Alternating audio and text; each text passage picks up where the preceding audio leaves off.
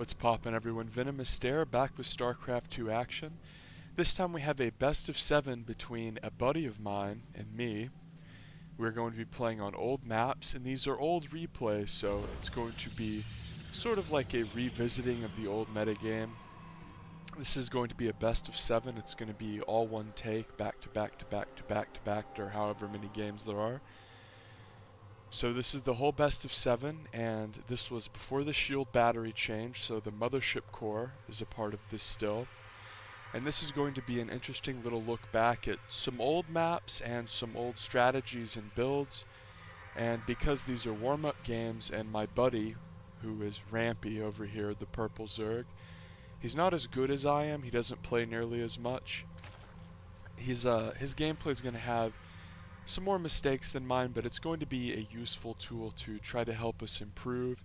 And honestly, he plays really not that bad in these games. They're actually pretty close and entertaining, but really the main reason I'm casting these is just to commemorate some games I had with my friends. Because, quite frankly, I have played a lot of games versus my buddies, and I haven't really casted many of them, yet they are my favorite to watch.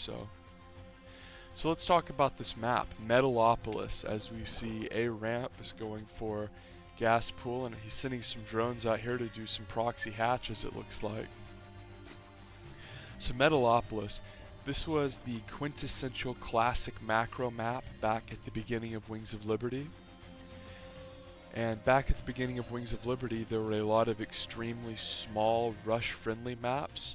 Steppes of War, Jungle Basin, Blistering Sands.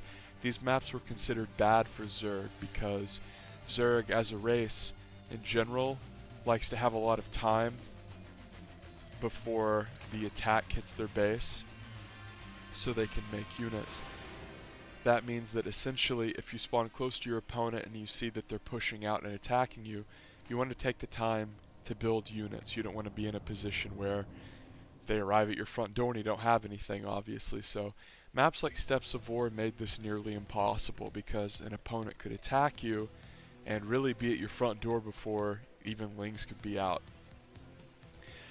Back in the day, this map, Metalopolis, was good because if we look, the across map rush distance is reasonably long. Now originally you could spawn at any location versus any location, including here and here. This was called close by ground position. Now if we look, usually when you judge rush distance, you want to judge natural to natural. So, I mean, that's like 2 screens. That's very short. So even though Metalopolis was considered, a very good map for Zerg, at least in the beginning of the game's lifespan, whenever the other maps were really awful for Zerg, especially against Terran, Zergs would sometimes find themselves in a position where the one map that they could rely on to not be a absolute rush map, sometimes it was the worst rush map, because if you spawn close in these positions, it's not only about the same rush distance as Steppes of War, but you have this awful high ground. And I know I keep talking about Steppes of War as we see Rampy takes this tower. His proxy hatch has finished, and it looks as though Savagwood, me, has a forge out, starting the +1 upgrade, and I'm getting more gates, starting to SimCity up a bit. So Metalopolis had a very, very open natural, so Zerg could actually put pressure on the Protoss early if they went for a pretty quick speed build. Rampy is electing to do a bit of a different aggressive play.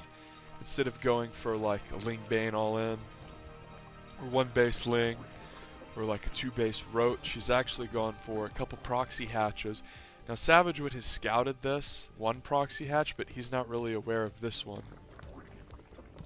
And Rampy does have a creep tumor down here, as well as 4 spines coming up.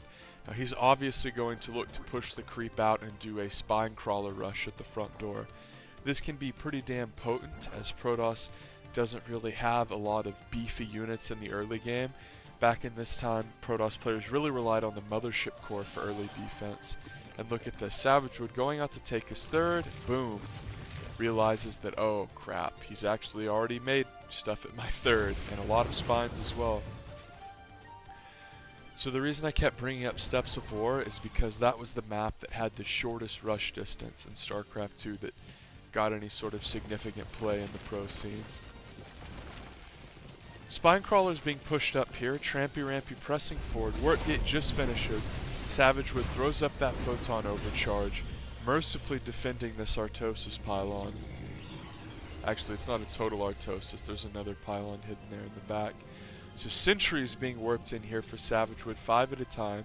He's got +1 armor and charge on the way. Robo as well, and 2 more gates coming up in the main. Of course, Rampy is mining at home, mining a little bit from this proxy hatch, but he's really looking to deal a killing blow here, moving the spine crawlers up. Savagwood throws up a Photon Overcharge, the creep tumors get moved up, and what do we see here is aggressive action. Rampy pushing forward here, and the pylon being Photon Overcharge packs quite a punch. The cannon is doing a little bit of work as well. Another warp in, and after that warp in, Savagwood's going to go in right before charge finishes. He's going to focus fire onto the spine crawlers, eliminating them one by one. And if you're not aware, +1 zealots absolutely rip Zerglings apart because they two-shot Lings. They basically hit him twice and kill him instead of having to wail 3 times. And whenever there are a lot of Lings and a lot of Zealots, this is actually a huge deal. So the Sentries are pressing forward here, more force fields coming down, Zealots are doing some damage, and really Savagwood, the main thing he has going for him is the upgrade advantage. And of course Zealot legs being another upgrade. If you fight Roaches versus Zealots, the Roaches can kite the Zealots out. Versus charge lots, not really so much, and then you throw in some Sentries and wow, suddenly Protoss is at a big advantage. And this proxy hatch is going to go down for Rampy. Continued immortal production here. Mercifully, an observer comes out to start to clear the creep. You never want to be in a position where your natural is covered in creep. So Rampy is kind of reeling here. He was in a position where it looked like he might have actually been able to break the natural, but the big Zealot warp-in from Savagwood came out right at the last moment, barely held the push, and really, there were a lot of things that needed to go well and correctly for Savagwood in that situation. A, the +1. If he didn't have +1 versus all those Lings, he would have died. B, scouting this proxy hatch. Now this is the thing about doing cheese plays. Hold that thought, we have some Roaches, but with no layer tech, Rampy is not going to be able to get Roach speed, and that upgrade, of course, is crucial. Speed Zealots coming out here as Savagwood is about to have the crippling 3 upgrade advantage. Fighting in a triple spine here, but force fields come out, preventing the Roaches from doing proper kiting, but all the Zealots are dead, and ooh, a big Immortal coming out, as the Immortal, of course, eviscerates Roaches. The Immortal has done bonus damage to armored units since the game's inception. And Roaches, of course, are the quintessential Zerg armored unit. Look at that, the Immortal just rips it to shreds. Rampy is going to lose this base. So let's talk about why Savagwood knew that cheese was coming and why he scouted around, as more Lings come out, but it won't really matter. So whenever Savagwood did his initial probe scout, he looked around at the natural, peeked up at the gold, which is Zerg's first thought whenever they scout the natural, that's Protoss's first thought when they scout Zerg and don't see a natural, like, oh, maybe he fast expoed to a gold. This is true on mini-maps, not just Metalopolis. And of course, Savagwood has his gold base alive and kicking, has decent saturation, he's getting a Dark Shrine, and he holds off that Ling attack. And Rampy trying to take this base right here, but he is pretty much dead as he went for that proxy play, and if it hit about 20 seconds earlier, I think he would have just died. So Rampy gives the GG. That's the conclusion to game 1. So what happened? What are the key factors of this game before we move on to the next one? The probe scouting tipped Savagwood off to the fact there was a cheese or a hidden base. He looked around, found one of the hidden bases, and because there was at least one hidden base, he added lots of extra gateways before teching or taking a third. And even though this hidden base was unscouted, the fact that he knew that something was up allowed him to get all these extra gates and prepare. This is a very sort of core feature of StarCraft where if you're doing a cheese and you get scouted, the opponent is going to prepare. And I know that sounds obvious, but what I really mean to drive home here is if you're doing a cheese, you might want to do other things to hide it. For instance, it might have been better for Rampy just to go pool gas, sort of like he did, and then he could have even taken this base first, but then taken a natural, and that would have looked to Savagwood like, oh, he's just doing Speedling Expand. It's a very open map, so it's good for Speedling Expand. Whenever you sort of obviously proxy, whenever you're one base Zerg or you're Terran and you just have 2 depots and nothing in your base, sometimes it's almost better just to make like a token structure. Like if Rampy had just made a hatch out here and not droned it at all, Savagwood might not have even looked around at these bases and saw the cheese coming. So a lot of cheese is actually showing your opponent certain information into deceiving them. So let's move on to the next game. Like I said, I was going to sort of break it down a little bit and talk about the basics every now and then. And these are old replays, so I have to log in every single time.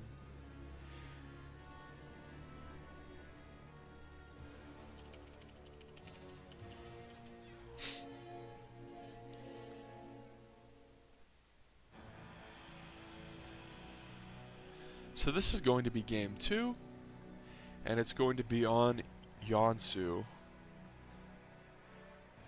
which E.G. Suppy affectionately referred to as Protosu. Here in the top right we have Savagwood, the Benny Hill Zerg, playing Protoss, in the top right of course, and in the bottom left, a ramp. So this map is very good for Protoss. It has a pretty damn easy to defend natural choke, some backdoor rocks that really can be defended with the same stuff that you use at the front right here. These aren't like these sort of backdoor rocks where Zerg can do big ling attacks and catch you off guard like on like Blistering Sands or something. Basically the rocks allow you to run down here and take a pretty easy third. And this of course is a map with 2 relatively easy thirds, aka an easy fourth as well. You have this Dust and Browder rock tower that can be broken down, and then the attacking player has to run all the way around through these reeds to this sort of weird backdoor, which again isn't really good because a lot of times Zerg will like, or not just Zerg, but a race will have vision over here because this is a popular Reaper spot. And if they have this base, they're probably going to have vision and they're going to see you coming. 2 towers in the middle, and then these weird ass sort of corner bases that are obstructed by rocks. Now no one ever really takes these, sort of bizarre. A lot of times in maps, if you have bases that look like they would be pretty good, but they never actually really get taken. Savagwood with the fast expansion here, Forge Opener, and he's going to Probe Scout again. I would recommend Probe Scouting in Protoss vs Zerg every single game. You have the ability to scout cheese, you have the ability to prevent their expansion from going down, and of course just scout in general, see the gas timings. Rampy looking in the corners of his bases. Again, this is a smart move for you newbie players. Checking around for proxies. If you ever see the probe, you should be wary, honestly. Now, not really of 2-gate so much, because with proxy 2-gate, they like to run it in here and proxy the gates and sort of keep it secret the whole time. But with Cannon Rush really is what you have to watch out for whenever you see that early probe. Very fast Roach Warren coming out here for Rampy. This will keep him safe, like Jeb Bush. Savagwood, of course, does have a cannon in his front door, Cybercore building out there as well, and a Zealot is going to come and sit in this little choke that anyone who has played more than 20 games of StarCraft knows is completely standard in PvZ, holding that line. Warp Gate starts for Savagwood as well as an early +1 again, so he is delaying his Mothership Core. In any matchup in StarCraft, what you spend your initial gas on is very important. We see this really I would say most important with Zergs, because this first 100 gas is almost always spent on Ling speed. Rarely do you see Zergs get like an Overlord speed or a Lair tech before Ling speed. But the point is yeah, you're usually going to get Ling speed with that initial 100 gas, but what are you going to do with gas 100 through 200, gas 200 through 300? And with Terran players, it's almost always Reaper into something, because the Reaper is quite simply so good at scouting and preventing cheese. But Savagwood does elect to get both Warp Gate and +1 before he starts his Mothership Core. And he's actually floating a little bit of gas here. He needs to make a decision. And it looks like he's going to go Stargate. 2-star, okay. So that's why he was banking gas. So a very, very long delay on the Mothership Core here. This sort of says, I don't think you're going to cheese me. Oh my god, it's been out. Holy shit, I'm so stupid. Okay, well, derp. The Mothership Core was out. Oh man, I feel really stupid. So let's talk about 2 Stargate. This is considered a pretty abusive build, and this is a build that is very hard to stop if you aren't prepared for it and don't scout it. There are a lot of different ways you can go with 2 Stargate. Double Phoenix is very strong. Myung-Sik, a GSO round of 4 player, actually used to do this build where he would go 2-star Phoenix with +1, and then after the +1 finished and he had a lot of Phoenix, he would do an insane amount of damage to Zerg, picking off Overlords, picking off Queens. But really what made this powerful was how the +1 interacted with the light unit Hydralisk, because +1, as we see coming up here, as well as Phoenix, so it will be the Myung-Sik build. And look at this, Phoenix go in opposite directions to hunt Overlords. This is what you want to do as Protoss. It's very easy to shift A-move commands around the corners of the map to try to look for Overlords. And suddenly, A-Ramp is in a position where he's losing map control badly. He's about to lose every semblance of map control, any ability to scout his opponent. Thankfully, he does see the 3rd base going up before the Phoenix picks off the Ovi. So A-Ramp doing a little bit of pressure here out on this 3rd. Savagwood's +1 is about halfway done. 4 roaches are out, and remember, this Mothership Core is out, Heatbow, so it will be able to cast Photon Overcharge, which is very powerful defensively. And there it goes, Savagwood bringing the Phoenixes together and doing 2 pickups. To me, this move sort of screams like, I just don't want any damage to occur right at this moment. I'm bringing over reinforcements. Might also scream, I'm panicking and just spam click pick up everything. 3rd base finishes for Savagwood, and if we go to workers, he is ahead, and he is going to clean up this Roach force. And a very common follow-up for 2 Stargate openers is to add extra Stargates and go into mass air, and that's what Savagwood is doing. He's adding a few more gates as well. Protoss players very frequently will go for a lot of cannons when they play mass air. However, I would say that you almost want to go for a gateway, a few gateways and zealot legs, because the ability to warp in zealots to defend harass is a lot more versatile than just making a bunch of cannons. Harassment coming out here for Savagwood, and A-Ramp is going to take a crap load of damage here, as he does not have any, he does have a Spore sort of behind each mineral line, at least not at the 3rd. And Savagwood, I just didn't see the Spore because it was under the Overlords. Most people will make the Spore in the mineral line because it'll cover both gas geysers, and with a macro hatch here, it sort of, you know, I mean, a Spore in the mineral line covers like this, a Spore placed here covers like this. So you can see the Queen got eviscerated there. 3rd base is starting to be saturated for Savagwood. He's only killed 7 workers. Flying around, doing more Overlord harass. Really, if you want to know the truth, Phoenix openers are strong because of this reason. Look at A-Ramp's vision. He has an Overlord here, here, but he doesn't have any tools to follow up scout. He doesn't have any tools to check bases as far as air goes. Savagwood continuing to get map control, continuing to pressure. He's getting +1 air armor, as well as the carrier upgrade, and he's starting to go into carriers. Expire on the way here for a ramp, aka Rampy. Carriers are about halfway done, and Oracle comes out. This is very useful for tagging and harassment, although after you reveal Stargate units, good Zerg players will just build Spore Crawlers, and it becomes very hard to do any damage with Oracles. And this is what I was talking about earlier. This base is sort of a pain in the ass to take because of the rocks, so frequently you'll see players take bases over here. Sometimes you see them swing over. A lot of times with Zerg, the bases, whenever they go in one direction, the Zerg will continue to expand in that direction. Oftentimes, running third base to fourth base is pretty damn difficult.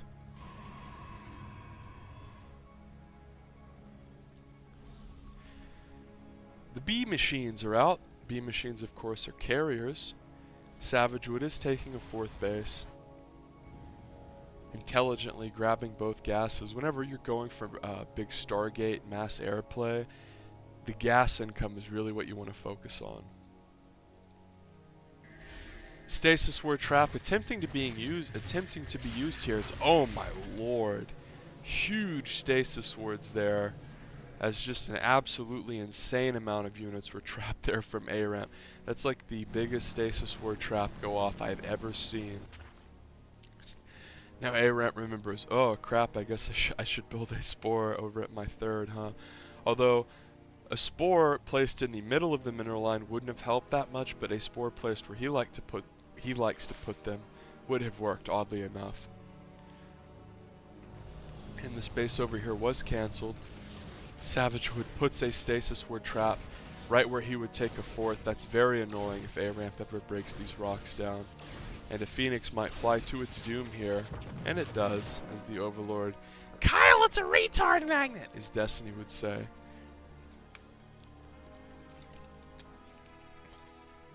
So let's just watch A-Ramp's vision for a hot minute. He's macroing pretty well, he's keeping his money down. 18 Corruptors in the production tab. And B machines are out in the main base. He says, oh shit, that's sort of weird. 3 carriers just popping on in. Popping on in. And the 3 carriers are going to focus the Hydralisk in. Our forces are under attack. And get it. Now this was back in the day where you had to have your mothership core to recall, so Savagwood didn't have the capability to recall out. He does a little bit of damage to the Hydra army itself, but most importantly, takes out that Hydralisk in. Now A-Ramp does have a Greater Spire on the way, so if he can kill off the air, well, it looks like he's going to go into Mutalisk here, so that's sort of peculiar. Now mutas are good because if you kill the Phoenix like we see here, as Savagwood was preoccupied doing some zealot harassment, if you kill the Phoenix, suddenly the mutas are in a position where they can just laugh at the Protoss and fly around, outrun everything, and it looks like A-Ramp's going to run up here without detection, and for whatever reason he thinks, okay, I'll just kill the mothership. Well, the mothership has 700 health, and a lot of times this happens in Zerg. If you don't expect the mothership, you sort of run out aggressively on the map and think, oh, well, I'll just burst down the mothership. And you can't exactly burst down a mothership. I can't tell you how many times I have lost games because of this, where I think, oh, the mothership, let me snipe it. Nope. So because A-Ramp cleaned up the Phoenix with his Corruptors while Savagwood was looking away, this opens up the main base to muta harassment. And let's look at Savagwood's reaction here. He's trying to start up Phoenix production again, but whenever the Zerg player has 14 mutas, it can be very difficult. And this is something that you want to do versus mutas, obviously, is try to make cannons in the mineral line. Although when you get caught off guard by mutas, that can be tricky. So A-Ramp is trying to do something intelligent. He's trying to make a bunch of muta and then do what the infamous muta tech switch. The problem is that Savagwood just said, oh, forget it, he has mutas, I'm just going to attack across the map. And because the Hydralisk din died, I don't think A-Ramp really remembered that, and he was looking to make Hydraling. He didn't want to make a bunch of Corruptors, so he said, I'll make Hydraling, oh crap, my Hydra din is dead. And then suddenly the Protoss army's at his front door.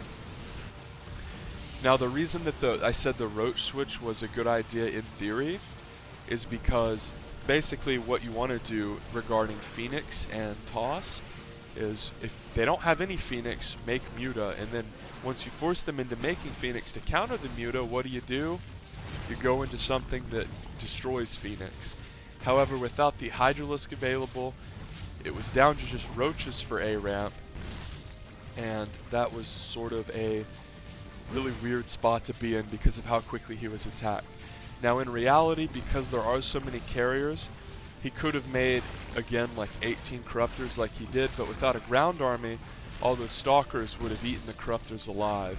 Once the Toss player gets this many Corruptors, man, it is brutal. Or once the Toss player gets this many carriers, it's brutal. And we can see Savagwood wrecking at the third. The Natural's been destroyed, and he's trying to defend with Stalkers here. Lots of probes going down. But even more Zerg drones going down, and it looks as though A ramp is going to fly over and find this base. One cannon won't do much. It will help a little, but we can see that A ramp is losing this base trade, as he has not much left at all. A Spore and an Extractor, and game over. So that game, A ramp went for Spire play after his Hydralisk Den got destroyed, and it looked as though the Muta switch was going to do pretty well. Savagwood went right into the counterattack. The last thing you want to do versus Mutas is get in this position where you're trying to chase them around with slow-ass units. Make them base trade. Try to catch them in transition. And that's exactly what Savagwood did. He didn't have the Phoenix to deal with any of the Mutas, so he just said, well, I'll attack. And while A ramp was trying to get up his army that could fight the big beefy one of Savagwood, basically Savagwood hit him right in the mouth. So that was the end of game 2. Savagwood's up 2-0.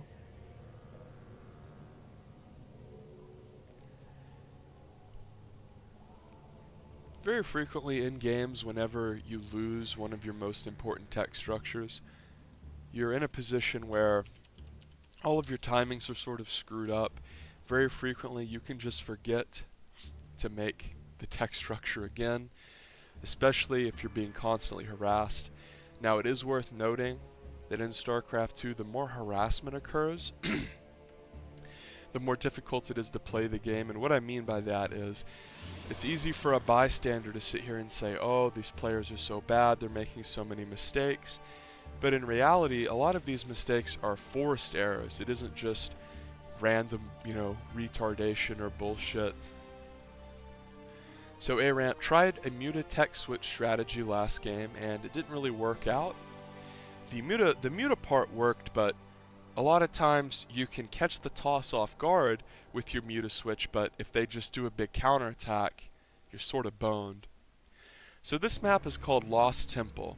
This was another map that was used at the beginning of Wings of Liberty and was pretty damn hard for Zerg.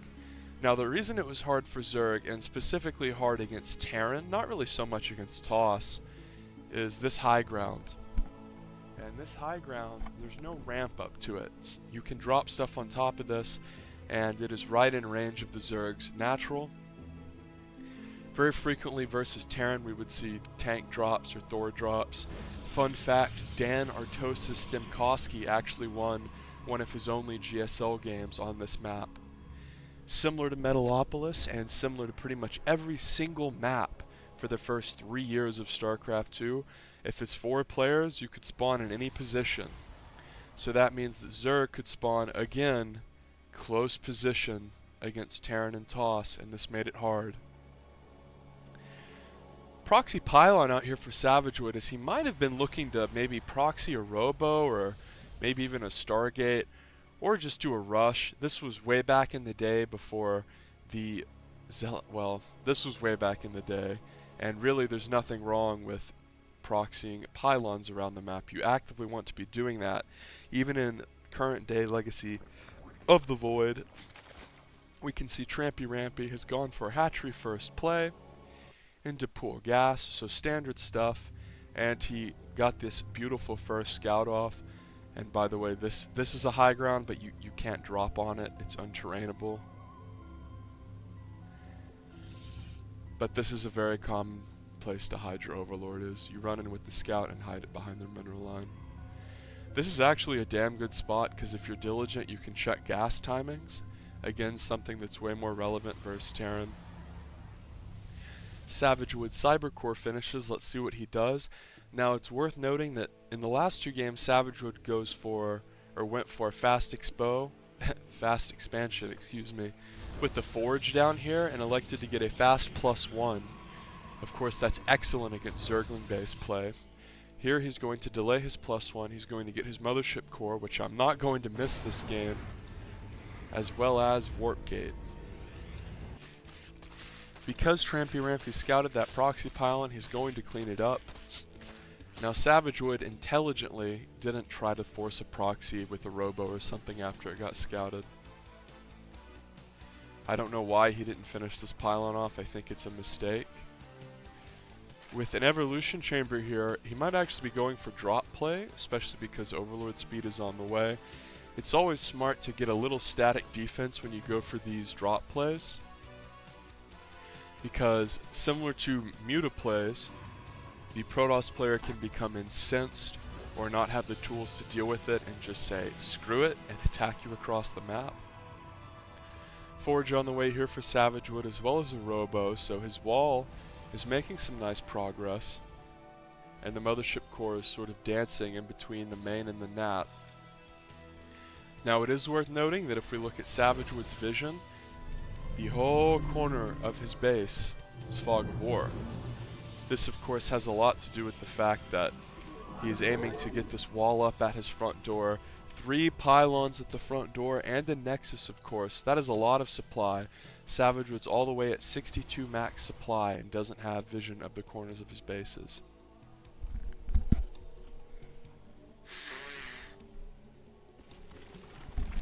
A plethora of lings are being dropped off here. A ramp looking to do a lot of damage here, and as I pointed out earlier, Savagwood does not have vision. So let's just watch the Savagwood cam, because his observer just came out, he's just now seeing what A-Ramp's doing, and oh shit, my mineral line. And he's going to immediately pull to the natural, but he does lose quite a bit of workers. If we go to the worker tab, the Mothership Core uses Photon Overcharge, and the workers are going to huddle around this cannon. Savagwood really doesn't have shit in the way of units. Now it's extremely important to note that the production tab is blank here. A-Ramp is making the classic Zerg mistake of focusing way too much on his micro and not enough on macro. Whenever you do pressure builds like this, it's way harder than any other sort of rally-based Zerg aggression, as again, beautiful micro here by Savagwood to protect the cannon, and A-Ramp is making the mistake of A-moving, and whenever you A-move units, they prioritize what's attacking them. So that was actually really slick micro by Savagwood to make it where whenever A-Ramp attacked, the unit spurged out and attacked the cannon and the pylon. Now, what I was saying earlier about production is A-Ramp was floating a lot of money while that attack was going on.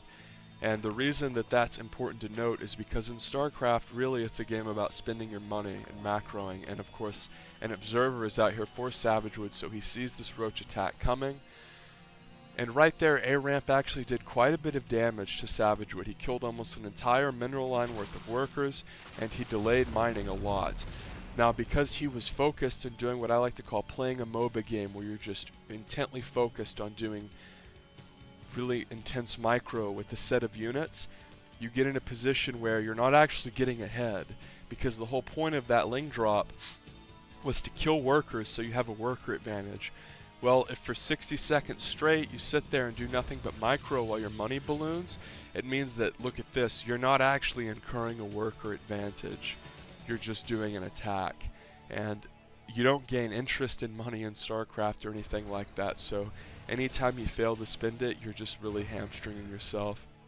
A-Ramp is going to look around for bases here, and Immortal is going to start for Savagwood. And really that was one of the few times that we've seen A-Ramp's macro really falter badly. And it looks as though he's going to take another base. But this really, I know I keep talking about it, but this is night and day difference. This should be a whole mineral line. This should be like 45 workers as opposed to like 30 after Savagwood lost quite a few. Instead, it's Savagwood who has the slight worker lead, and A-Ramp is making some drones. He does have roaches out here, and he hasn't elected to attack yet, so I believe he's trying to sync up a drop. Yes, he is. It's good of him not to lose these. Very frequently when Zergs do drop, they're sort of sloppy about retaining the dropper lords. But Savagwood has pylons out here on the corners of his base. He knows that this is coming, so A ramp is going to attack at the front door. Let's turn on the Savagwood cam. And the roaches are attacking the front door, but with the mortals and sentries there, A ramp can't really commit. And you really have to use shift A move commands whenever you do dropper lord play, but whenever you're fighting on multiple fronts, it can be hard. And immortals are going to get focused here as the sentries start to cast force field and attack. But A ramp is actually going to run out of steam there, and I assume he's going to try to send his lings in now, as the lings did kill the pylon. But Savagwood isolated the incident, and with a couple force fields and some photon overcharge, this double prong attack really came up short. Savagwood beautifully allocated his units, and once he had sentries and immortals at the front door, it became almost impossible for A ramp to do real damage at the front door. Because even if A ramp had focused really hard on the micro in the main, Savagwood could have just thrown up 3 force fields, retreated behind the wall, and warped in here. So some nice attempted multi-prong aggression there from A ramp, but intelligently Savagwood remembers one of the quintessential rules of StarCraft 2, which is if your opponent achieves successful harassment on one front, they're going to try a very similar or even identical form of harassment later. And because Savagwood had the pylons up, he saw the harassment coming.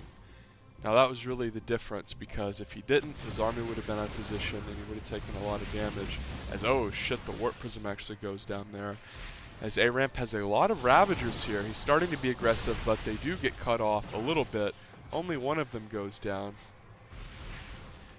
Again, not many drones here for A ramp, and this is, you can see that messing up his macro a little bit in the early game really had a cascading effect, because if we look at his money, he's sort of been mineral starved for a lot of the game, and that all can be traced back to missing those early drones. Another immortal comes out here for Savagwood as he's trying to play dance with the Corrosive Bile. Another drop here for A ramp. But this drop play sort of falls off a little bit. It's always good to be able to harass your opponent, but in terms of like severe damage, like killing blow type stuff, as the Protoss starts to tech up and get immortals, this doesn't really pack as much of a punch. And Stalkers are going to be able to handle this. With sentries and immortals, it's going to be a walk in the park. And Savagwood sends the workers back to his main as another robo comes up for Savagwood, as well as a few more gates. And A ramp is going to do another big attack. Now it would be intelligent to try another drop play, but in the same way that players are very likely to try another drop from the same location that worked previously, if they do a drop play that doesn't work, they're going to be less likely to try it again. But we will see another drop. This is nice. You always want to attack in multiple locations if you can. And ooh, Savagwood losing quite a few sentries there. And he might just engage this here, as Corrosive Bile does smash force fields, but the crux of the issue is you actually have to see the force field. You know, I mean, what are you going to do? Preemptively throw a bunch of Biles in the middle of your own army hoping they force field you? And again, A ramp kills a pylon and then tries to go in, but really needs to utilize the power of the shift A move.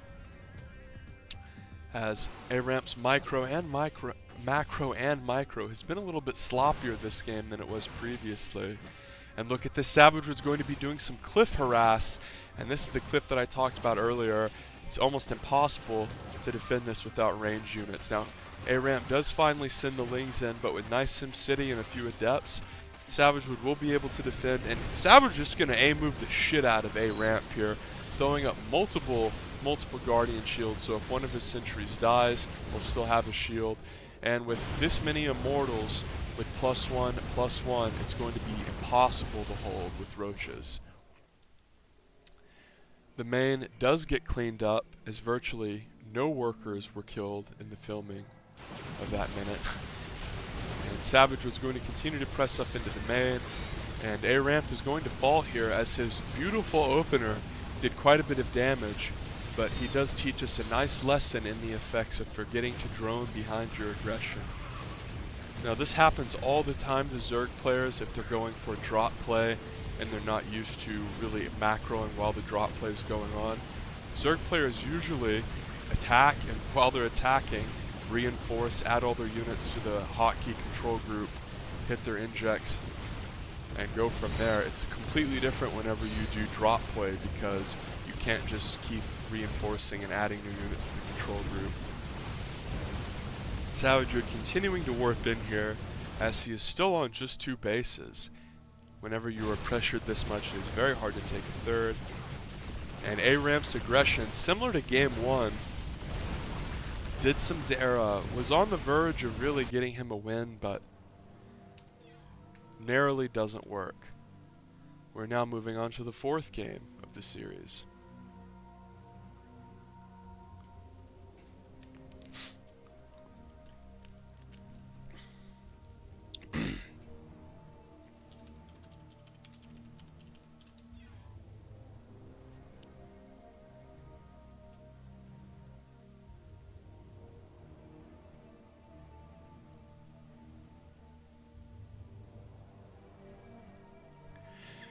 Here we have a map that is good for Protoss, Vanny Research Station, although this one isn't really so much Protoss favored, as it is just a map with easy bases.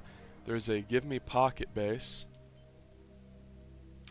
as well as a decent third. Not super easy, but I mean, when you have a pocket base, you sort of take the third with a grain of salt, as this third is about the same as Metalopolis, really. Metalopolis Natural, I should say. So let's go ahead and speed it up a little bit. We are in game 4 of the series. A Ramp is electing to go Hatch first. I would expect Nexus first here, honestly, because it's just so good on this map once it gets to 400 minerals. There it is.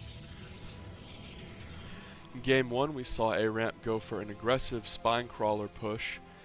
Now really, Savagwood was only narrowly able to hold that, as right when the spines burrowed, he got one crucial wave of units off, and because he scouted a proxy hatch, he built a lot of extra gates. Now I think had either of those things not happened, A Ramp would have easily won the first game. Second game, of course, was the 2 Stargate game, and that was one of those situations where A Ramp went into Muta, but got caught in the transition as Savagwood is checking around and hiding a pylon here. Now, on every StarCraft 2 map, there are usually a couple of really popular pylon spots or proxy spots where about 80% of the time, if someone is going to try to pull one over on you, that's the spot they're going to pick. Now, the reason this one is good is because Zerg... Oh, well, shit, he does see it. That's really weird. Well, a lot of times Zerg can't really see that. Anyway, he sees it. And if it's anything like last game, he'll let it live too long. Robo and Stargate out here for Savagwood, and he's looking to take a third, so a greedy build here from Savagwood, as A Ramp himself has 4 bases on the way.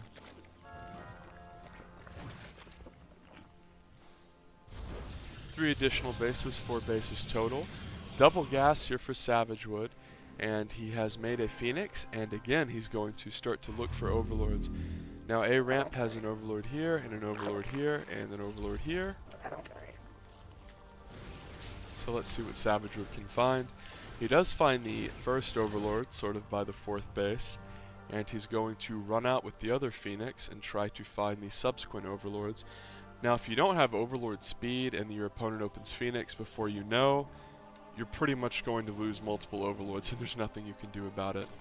Roach Warren on the way for A Ramp, as well as a Spore. And whenever you take this many bases early and have to go Spores, a lot of time it can get sort of weird in terms of mineral income, but with a gold base that shouldn't be a problem. Hydralisk in coming as well. And this is another reason why Phoenix openers are so strong, is you can sort of catch Zerg in these perpetual supply blocks where Zerg really wants to be droning up aggressively, but if they're always beating supply block, getting delayed for 20 seconds, having to waste money on overlords, it can be rough. And Savagwood's going to fly right into an unexpected spore and lose his obs. Of course, if you just shift click, move command and observer, so easy to lose them when your opponent makes spores here. Usually people will like to make spores on their mineral line. Now it's sort of weird to me that A ramp sees these Phoenix as a photon overcharge comes out. I'm going to try to run in the main. Savagwood with only one gate didn't really have the ability to warp in right there as an adept was on the way. But not that many lings, and how many workers were killed? Just 3. So a lot of times whenever you do little ling run-bys like that, you want to run to the furthest corner of a base and try to do damage that way. Roach speed and Hydra speed on the way here, as well as mass Hydra for A ramp. Gateways coming out here for Savagwood, as I think at some point he sort of realized, wow, I have 3 base income and just 2 tech structures pumping away here. I guess 3 if you want to count the Forge, although Forge doesn't make units. I need more gates. Speed is about to finish. Hydra speed has already finished, and the +1 is on the way. Now this is what I didn't get earlier, as this pylon is going to be attacked. Is A ramp saw Phoenix, but didn't make a spore in every mineral line. Now he's vulnerable to just the basic Phoenix harassment.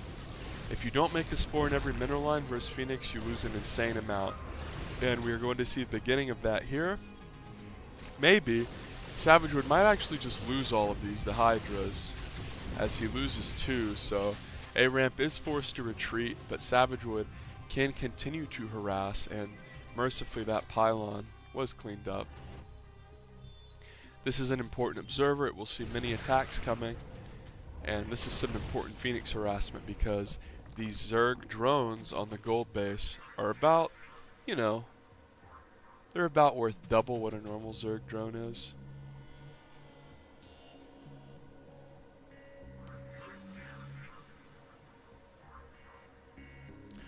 Big Hydra Roach attack coming here as Savagwood mistakenly making 2 Robo support base. He really wants Colossus.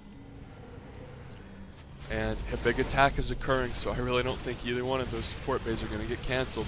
Beautiful move by Savagwood to build the 2 pylons there as sort of a temporary force field. Savagwood doesn't really have enough sentries, doesn't have Colossus or Storm. It's going to be hard to fight this army with this many Phoenix. And he just immediately picks up a bunch of Hydras to try to minimize the damage. And he wants to move forward with the Immortals, destroy the armored roaches, but because the Hydras fell before he could really dish out the damage, it meant that a lot of Immortals died. Thankfully for Savagwood, he has +1 Adepts, and Adepts are pretty good against Hydras.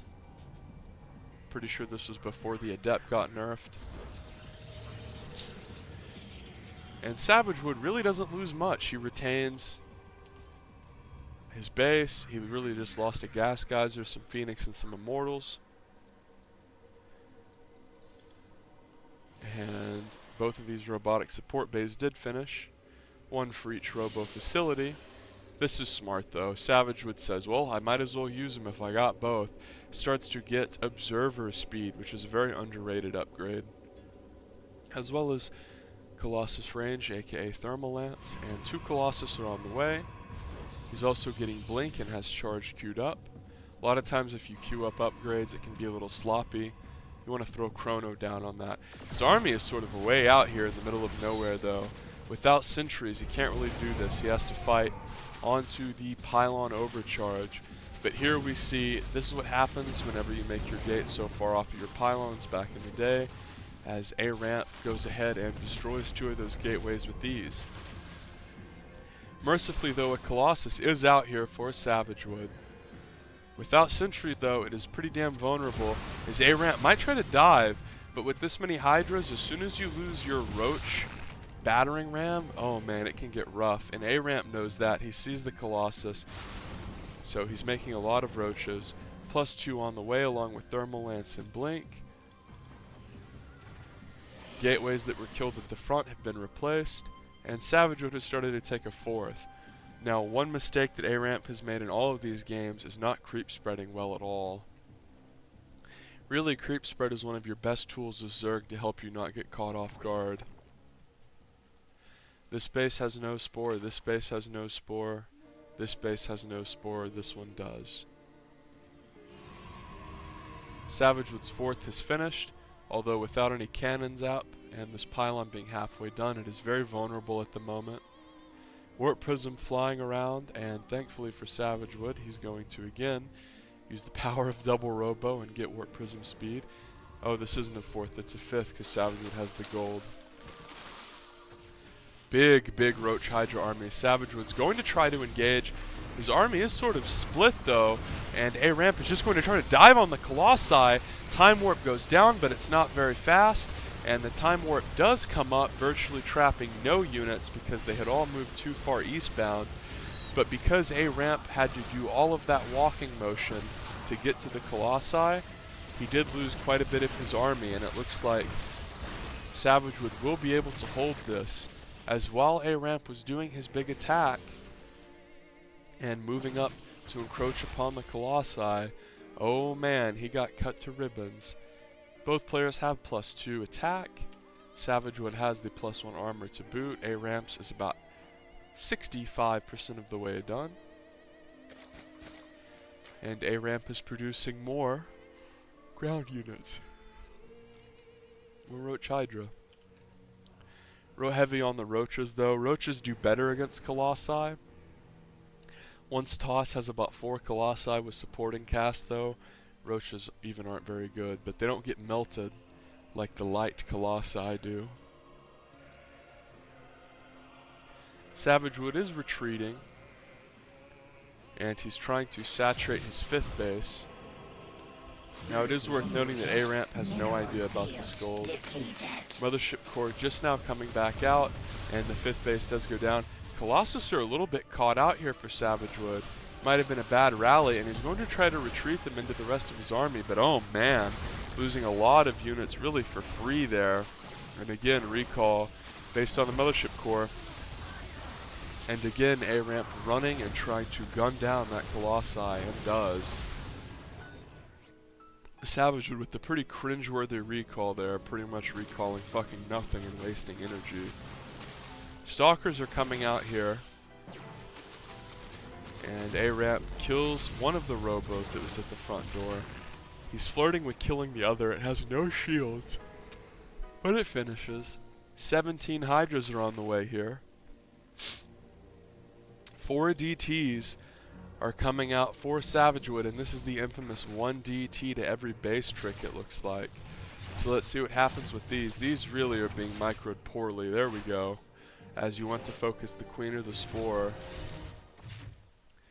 And he starts to run after the queen, and he gets it. And what's going on here?